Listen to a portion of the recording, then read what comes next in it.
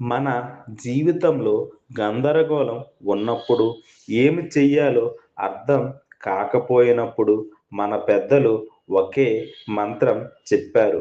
గాయత్రి మంత్రం. కానీ నిజంగా ఇది కేవలం శ్లోకమా? లేదా జీవితాన్ని సరైన దారిలో నడిపించే శక్తియా? ఈ వీడియో చివరి వరకు చూస్తే గాయత్రి మంత్రం అసలు అర్థం, పూర్తి మంత్రం, జపం చేసే విధానం అన్నీ స్పష్టంగా తెలుస్తాయి. గాయత్రి మంత్రం దేవుణ్ణి డబ్బు, ఆరోగ్యం, విజయం అడిగే మంత్రం కాదు. ఇది మన బుద్ధిని శుద్ధి చేయమని అడిగే మంత్రం. మన ఆలోచనలకు వెలుగు ఇచ్చే మంత్రం.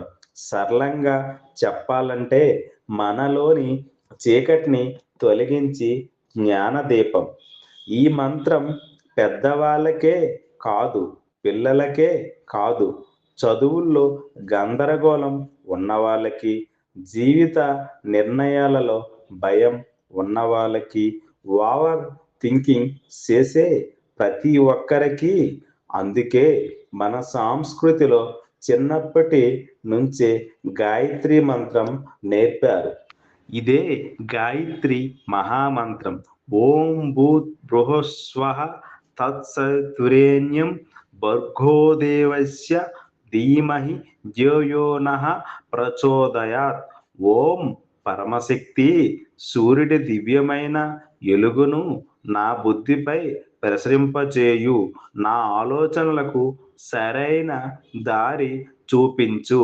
అంటే నా బుద్ధిని జాగృతం చేయు. గమనించండి, ఈ మంత్రంలో డబ్బు లేదు, విజయం లేదు, శత్రు నాశనం లేదు. కేవలం బుద్ధి శుద్ధి మాత్రమే ఉంది. ఎందుకంటే బుద్ధి సరిగ్గా ఉంటే జీవితం సరిగ్గా నడుస్తుంది. ఈరోజు మన సమస్యలు స్ట్రెస్, ఓవర్ థింకింగ్, భయం, తప్పు నిర్ణయాలు, ఇవన్నీ బుద్ధి అలసిపోయిన లక్షణాలు.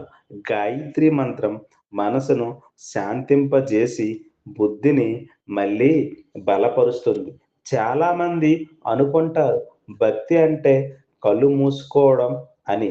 కానీ గాయత్రి మంత్రం చెబుతుంది భక్తి అంటే స్పష్టంగా ఆలోచించడం. భక్తి అంటే సరైన నిర్ణయాలు తీసుకోవడం. ఇదే నిజమైన ఆధ్యాత్మికత.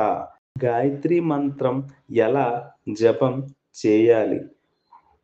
ఉదయం సూర్యోదయం ముందు లేదా తర్వాత.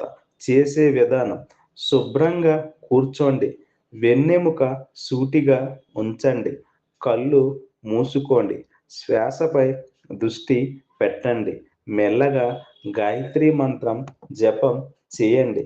పదాలు కాదు, భావన ముఖ్యం.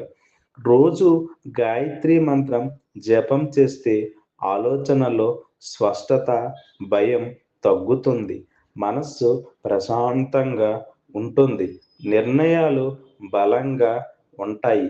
ఇది మాయ కాదు, ఇది మనస్సు శిక్షణ. గాయత్రి మంత్రం అంటే దేవుణ్ణి అడగడం కాదు, మన బుద్ధిని వెలిగించడం.